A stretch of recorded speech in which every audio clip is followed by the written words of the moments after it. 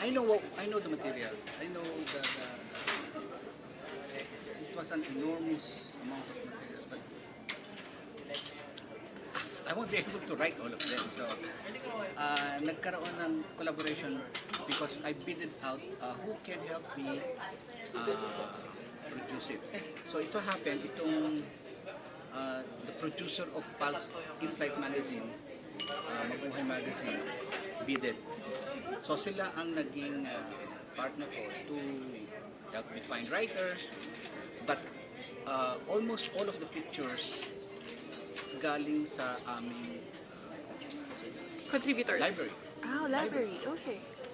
Yeah. Yeah, the exhibit is just about 1/4 of what we have. And that is just the printed. Iba pa yung digital files, digital archive. So, 5 years ago, during PAL's 70th anniversary, Okay.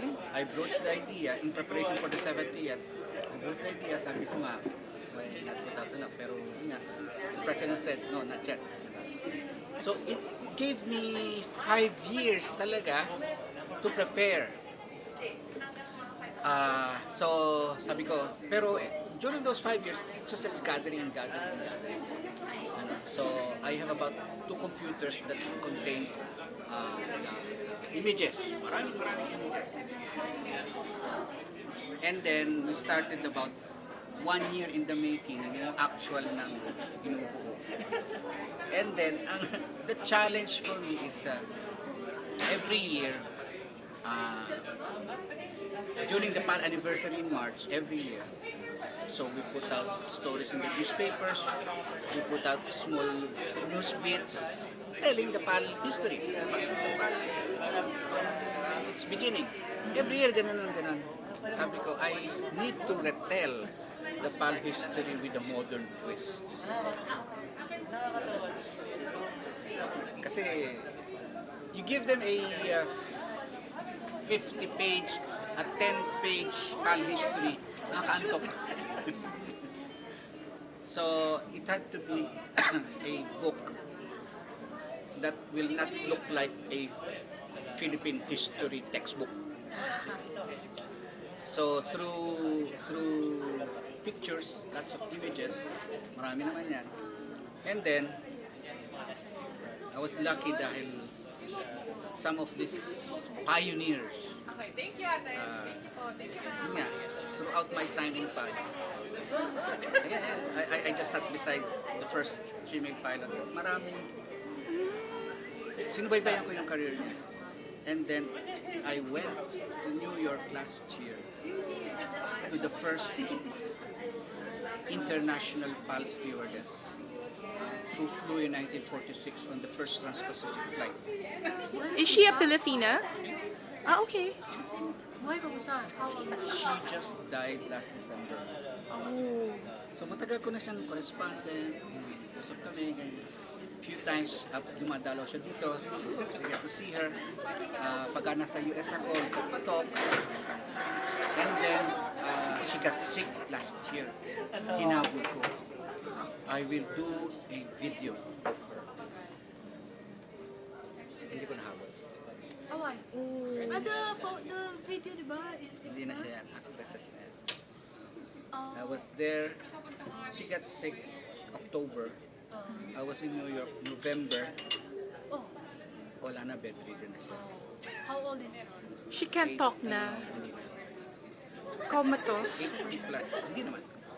She was wheelchair bound, always semi-conscious, Ah, okay. In and out of consciousness already. Okay. and then she died December. Yun na nga, I even facilitated her remains to be brought here. So through the PAL president in high school. So at least that is my yun lang yung pwede kong magawa sa kanya. Create this film.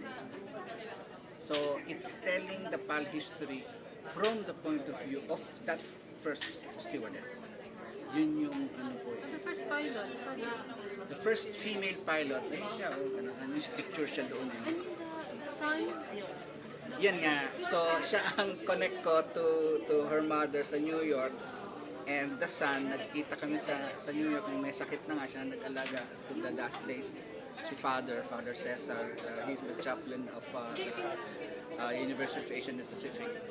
So, connect namin.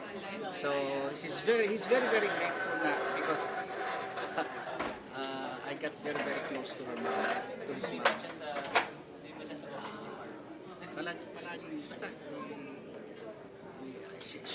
the family knows yung connect ko sa kanya because meron pa nga akong collection ng pictures na pinakita niya sa akin, ako lang ang may kopya. Hindi ko pa binibigay kay she flew to Egypt, she flew to ganun. Basta, tinago ko yun. And to the family, ang sinabi ko nga is, anything, old pictures, please don't throw them. Sa akin na lang. Anyway, so ayun. So when we were conceptualizing this, actually the publisher, si Eastgate niya, they were proposing their ideas on how to proceed with the book. Hindi, kako, ganito. Gusto ko yan. So it's now, hopefully, it is still the PAL history, but iba-ibang facets. You look at it, there is a story here on the 24-hour cycle of PAL. What happens starting midnight? There is the story here of a family, Carganilla. The lolo was an employee in 1941. The anak became an employee, got married to another employee, and they have children, 2 children, both are cabin crew. Tapos nagkataon yung anak pala nung 1941, tapos nagkaanak, kare-retire lang eh. 7 sila, 5 naging PAL employee. Loyal, grabe. But that means PAL is really a good. Employer. Oh. May wala ka, many interesting stories there. And hindi ko pa nailagay lahat dito. So will there be Marami second pa. installment of? Marami pa. Sabihin eh, Would there be give me another more time. copy Give me book more time, table? I'll gather those materials again. For the 80th? Maybe. Yun nga eh, kasi, Or the 100. kasi nga, the challenge for me is, who's still as geeky as me appreciating history? It was a big gamble sa akin. Who appreciates history? Who pitched the idea that there should be a binding? It was my idea very long time. Ang aking second is before the printed page gets obsolete, I will try to produce another. Is this also available in online and digital? You can order it online. It will even be delivered to you free of charge. No, I mean online copy. Digital copy. She's repairing to the digital So copy. dapat Maybe. Pero I think mas maganda pa ganito kasi memorabilia talaga. You know, the easiest way, kunyari, if I'm planning a part 2, a volume 2, so easy. Calling on all former PAL employees. Send me any memorabilia that you're hiding in your cabinet. Maniwala ka, they will come. I wrote it there somewhere there. Sabi ko, in the introduction. It's not going to be hard looking for memorabilia from former PAL employees. They've kept their memorabilia of their stay with PAL. Even old IDs. Ate Christine, my townmate, is a former employee of Philippine Airlines.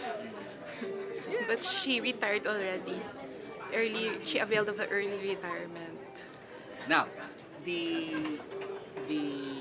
the book goes full circle because it's less than half is historical.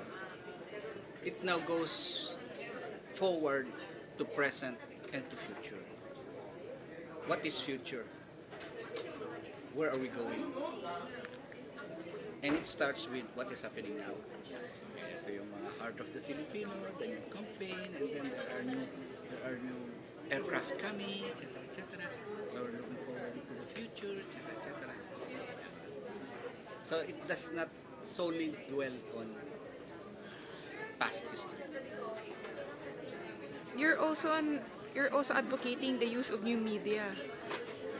So there's a possibility that in the future you're going to release a digital copy of a book or I something. appreciate the new medium. Yeah, kaya nga, um, pag third na yun eh, third level na yun eh, I will still have to develop something of a video. Again, we tried that. We had a 20-minute video about 10 years ago, more than 10 years ago. We produced a 20-minute PAL history video. Everybody who watched it, natulog. So,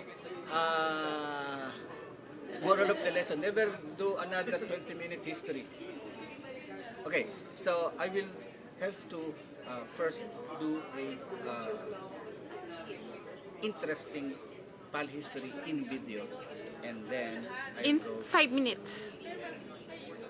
That is a good challenge. 5 minutes should be less than 5 minutes or 5 minutes below. The history in 5 minutes. Yes. And That would be then- your next challenge. Correct. Correct. Yeah, I have to pick out the most interesting of 75 years. Yes. Oh, so kaya nga eh, kunyari from this product pa lang, ano yung hinighlight ko? Sinabi ko, you'll get a glimpse inside the evolution of the PAL logo, the evolution of the airplanes, the evolution of the cabin crew uniform. That's just one part. Marami pa yun. Maraming trivia din.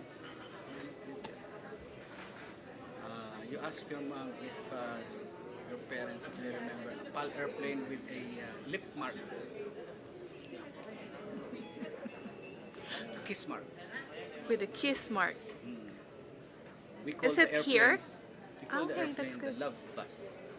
Ah. Trivia. That lip mark is that of the lips of Imelda Marcos. Ah, okay. So, Philippine Airlines used that aircraft during the time of Marcos, I believe. Because it's Imelda's lips. Okay. That's very interesting. I was talking to the pilot, the first female pilot na, sabi ko, I need to catch up with you because I'm sure I did not cover more interesting facts of your career. I was just telling, What's the highlight of her career? sabi nga, she's a pioneer. Ha? Okay. Kunyari, first female. First female Filipina. Yes. Okay. Stewardess. Pilot. First female local pilot. How old is she? She was, at that time, she was just out of college. Anyway, so, kinukwento ko naman doon sa the son of the first stewardess. Kinukwento ko sa kanya si first female pilot. Sabi ko, she's a pioneer. Because at that time, what is PAL's HR going to do when she files a maternity leave? There was no policy yet. Ah, okay. That's interesting. Okay. For That a was in- pilot to go for maternity leave. Maternity leave. That was year what? What year was that? 87. 1987. Okay. Marami pa. Kunyari, so it's the machismo of male pilots, ganyan. what if there is now a female pilot, a female captain, who would go to the cabin to order an unruly male passenger? How do you think that will do for that passenger? Marami. So, she was pioneering, maraming nabago dahil sa kanya. Tapos nagulat siya. Hindi ko pa nailagay dun sa exhibit because nandito, there are now, no, as of December last year, there are 44 female pilots already.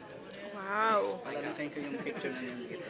As in, because I had them pick yung picture nila. I had them, one picture is in their uniforms, and then I had them pictures in dress Wow. beside an airplane. Wow. That's cool. And you think that these are the captains. That's good. See, so maraming interesting dito. And it was my gamble na meron kayang mag-appreciate. Yun ang tanong ko. Because yun nga, as I said, year in, year out, maglalabas ako. This is the Palo history. I will have a 1-page version, a 10-page version, a 20-page version. It's very hard because PAL is celebrating its 75th year in the industry. So it's really very challenging for you to edit it and to pick only the best of the best part of the history. And a bit of trivia. I had to change 2 writers. To change 2 writers. They have the material, but the writing style. It's not just writing it, telling the facts. It's style. Should be engaging. There is, I will not give them. One of the writers here is a Carlos Palanca Award. Wow. Cool. Pag binigay ko kung anong chapter yung ano niya, mahuhuli na yun. Ah. Yeah. I'm very proud that she accepted. So, ayun, I hope that the people will appreciate it. Okay. Please invite them to Yes, buy please. this. Okay. Hold on. Hold this and then you invite them to buy that one. How much is it? Is it Yes. available where? Starting- Okay.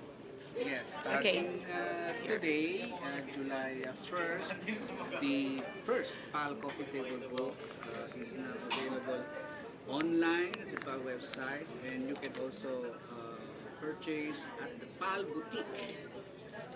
It's only 1,975. It's because we're celebrating 75 years. So I hope you like the interesting features in the book of PAL, for PAL.